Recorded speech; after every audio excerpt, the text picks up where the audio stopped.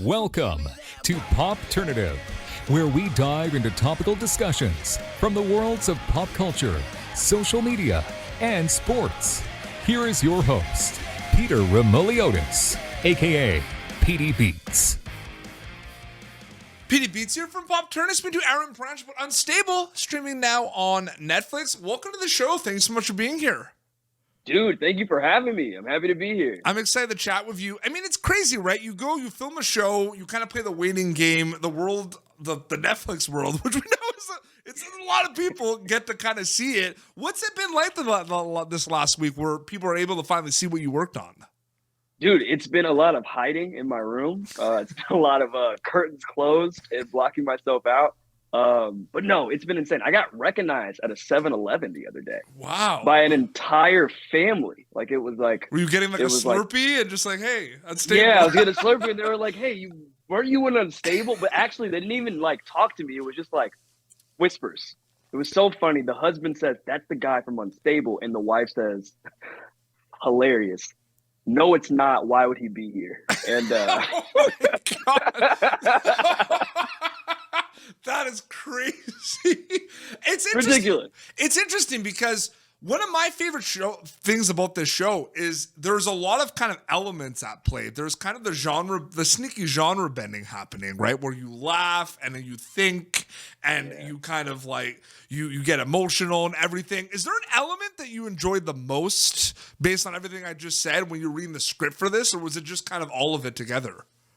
I think it was all of it together, man. And I think a lot of that shines through just because of like Rob Lowe's sensibility, but also Victor Fresco's sensibility. Like, they're kind of just comedic juggernauts, you know? Yeah. And they've worked on so many high level comedic projects.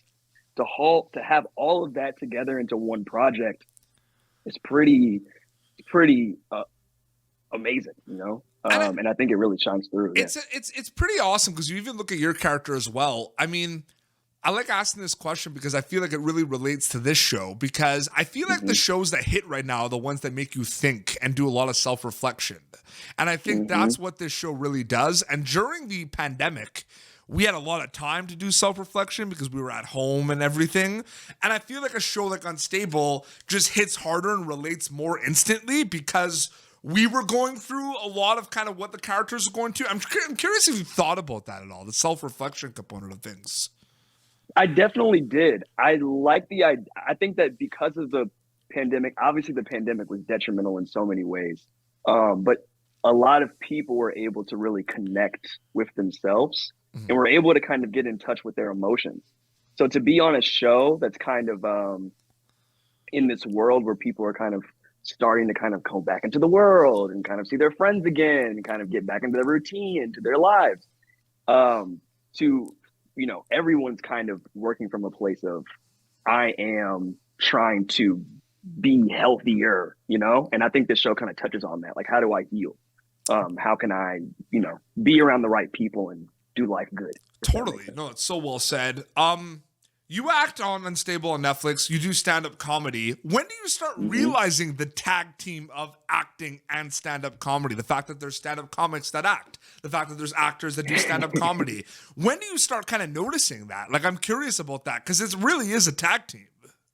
Yeah, no, dude, I thought I was so smart. I was doing like a lot of theater when I was younger. And I was going to like a lot of auditions, but I also had to be in school. So I was like, well, if I do stand-up at night, I can do that after school and then I'll get more stage time. And so I was like, I can do both. And I was like 15 at that time. And I just thought it was like this. And then coming to find out, everyone's doing that. But I'm really happy I made that decision at a young age.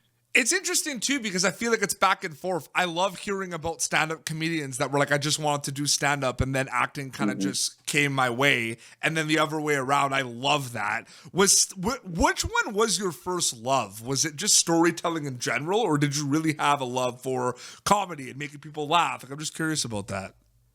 I think that acting was kind of like my first like true passion, but stand-up really became my first true love.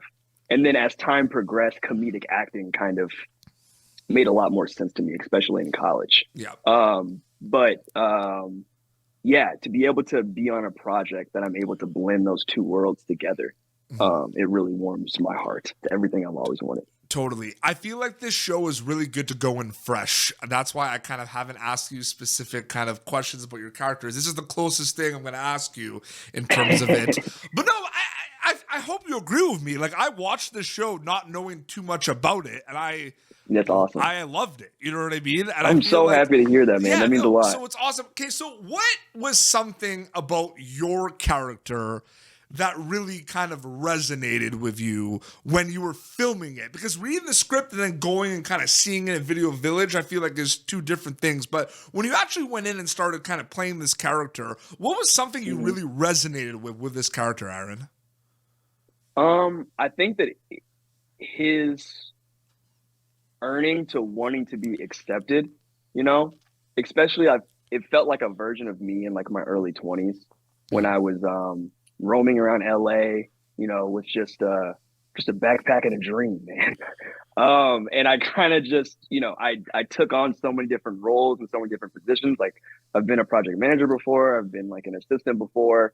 And so it felt like a culmination of all the experiences I had in 3 years into one person. And I wanted this opportunity so bad, and I'm so happy it turned out the way that it did. 100%. I feel like it's interesting because, I've looked at a lot of, it's funny because I feel like the misconception is this is a show with so many incredible storytellers on it, and you have like screen time with a lot of them, but like sometimes paths aren't crossed as much as people think because of shooting days. Like, there's some projects where I could ask you about someone and you're like, oh, I didn't even work with that person at all, but they're great. Yeah, it's crazy. Rob Lowe, was there ability to have kind of conversations and chat with him and pick his brain? Like, what was that like with Rob Lowe specifically? Almost too many conversations. I mean, like, it became so normal to a point that I was like, is he my dad? Like, I wish he was. But no, like, he's awesome. And like, him being such a star and to have such a huge celebrity, but to be able to spend that much time with them. I mean, me, Emma, and Rachel got to go with Johnny. Johnny brought us into his trailer one time. He's just sitting there watching movies, eating spaghetti and meatballs. And I'm like, life doesn't get much better than this, man. I'm in Rob Lowe's trailer right now. Like, it's nothing. Petting his dog. This is insane. It's so funny to hear people talk about like Parks and Recreation and everything, but for me, it's like Wayne's World and like Austin Powers, like that. The Austin Powers cameo is cute. Wayne's World, right there. Like the Wayne's World. Yeah, Wayne's World is amazing. Dude, he is literally a comedic juggernaut, man. I mean, he's been a part of some really awesome projects. I mean, yeah. It's incredible. So many different comedy projects too, right? Like you say, like when you talk about like drama, comedy, but like there's also like different kind of types of comedy that he's also done as well, which is amazing. What is your favorite thing about being a storyteller? I really enjoy trying to get people to see the world from my point of view, And I really like when people have shared experiences and then they're able to relate. Yeah. I guess like connection, I think probably is the easiest way to say it. And like, being able to kind of tell stories that weren't necessarily being able to be told before, I feel like is an incredible thing as well, right?